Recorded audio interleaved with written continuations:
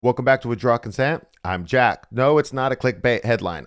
This is honestly, there's some very interesting things happening. And if you put them all together, it kind of shows a pattern. And so let's go to one of the biggest ones to start with. So do you know we have a mutual defense pact now with Qatar because Israel illegally attacked Qatar and we're now vowing to defend them in the future?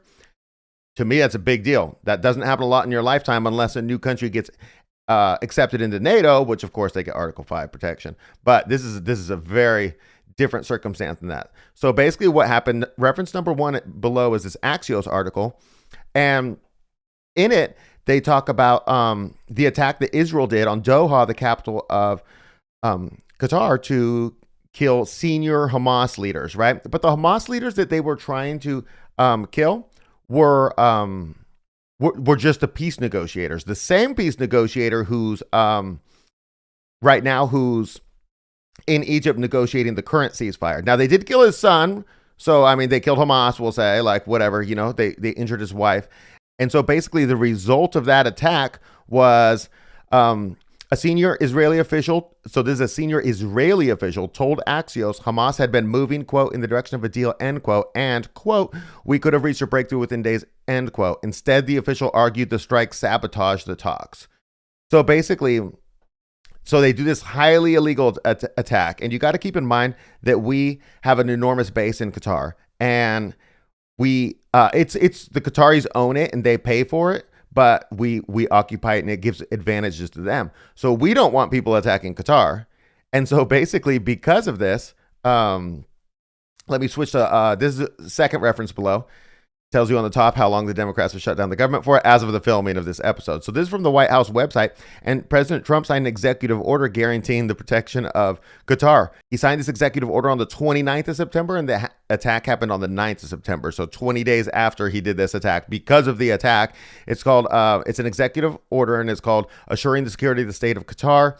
Basically, if you go down to point 2, which is our commitments, section B, it says in the event of such an attack, Qatar getting attacked, the United States will take all lawful and appropriate measures, including diplomatic, economic, and if necessary, military, to defend the interests of the United States and of the state of Qatar and to restore peace and stability.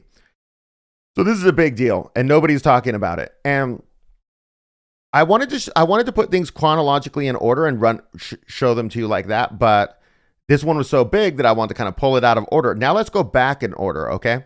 So the Gaza war is going on, and obviously Israel's invaded Iran at this point. Then Israel has convinced Trump to bomb Fordo and Natanz with the big bombers, you know.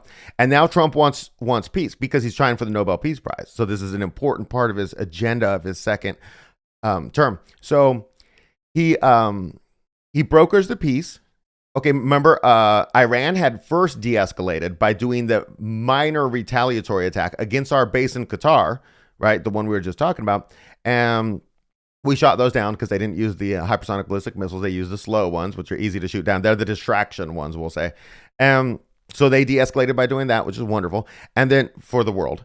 And then Trump de-escalates by getting a ceasefire together. And then both sides agree to the ceasefire. And then, of course, Israel does what they do. And they just break the ceasefire and just start bombing.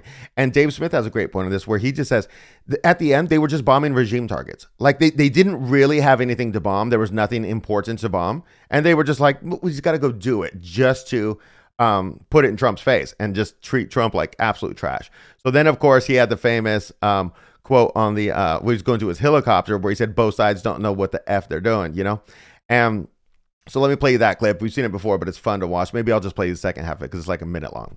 Israel says that Iran violated the peace agreement and the ceasefire agreement. Do you believe that Iran is still committed to peace? Yeah, I do. They violated it, but Israel violated it too. Are you questioning if Israel is committed? Israel, as soon as we made the deal, they came out and they dropped a load of bombs, the likes of which I've never seen before. The biggest load that we've seen. I'm not happy with Israel.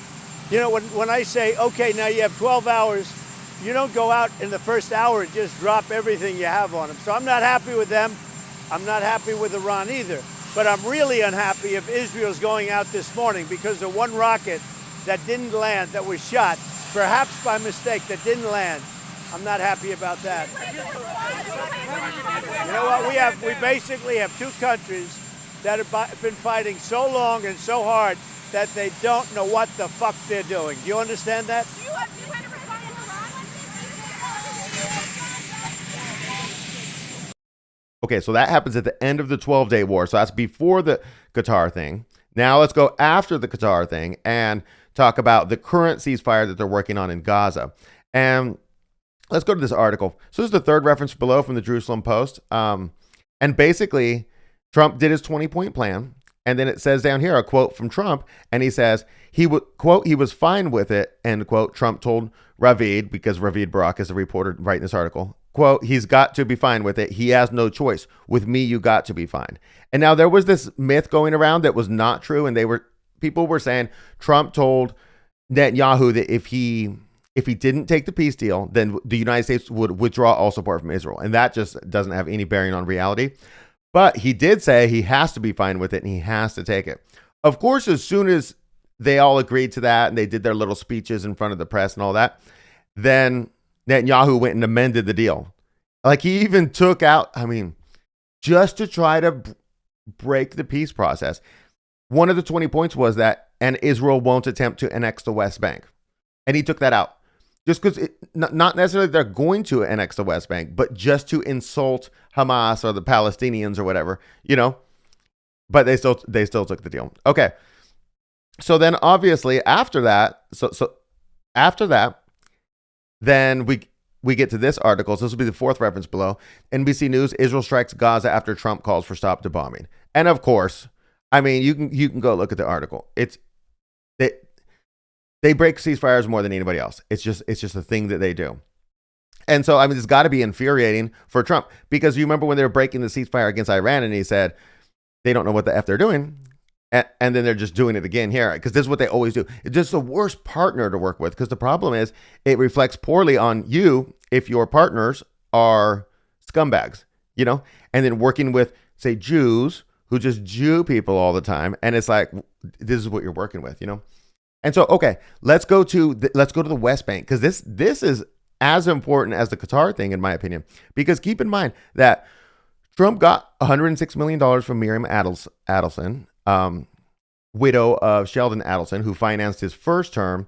She's financing the second term, and all she wants is a couple things. Just the annexation of the West Bank and control of Jerusalem, just a couple little things, And then Trump does this clip where he says outright, he's like, they are not going to annex it. And they're like, wait, did you talk to people about this? He's like, I did talk to him about it. It doesn't matter if I talk to him about it, because they are not annexing it no matter what. Let me play you that clip right now. This week that you would not allow Israel to annex the West Bank. Is that something that you I will not allow Israel to annex the West Bank. No, I will not allow it. It's not going to happen. Did you speak with Netanyahu about this? Yeah, but I'm not going to allow it. Whether I spoke to him or not, I did. But I'm not allowing Israel to annex the West Bank. There's been enough. It's time to stop now, okay? So I'm filming this on the 10th of October on Friday, and so it's going to be published on Tuesday, the 14th. The hostages are supposed to be returned Monday or Tuesday. So you'll know more than when you see this episode. You'll know more than I know at the time of filming the episode. But what are the chances that Israel breaks the ceasefire? Like, what are the chances by the time you watch this that Israel has broken the ceasefire? And so one of Victor's ideas was that what Jewish people do, and so therefore Israelis too in general, but what they do is they cheat and they stack the deck in their favor, and then they push all in.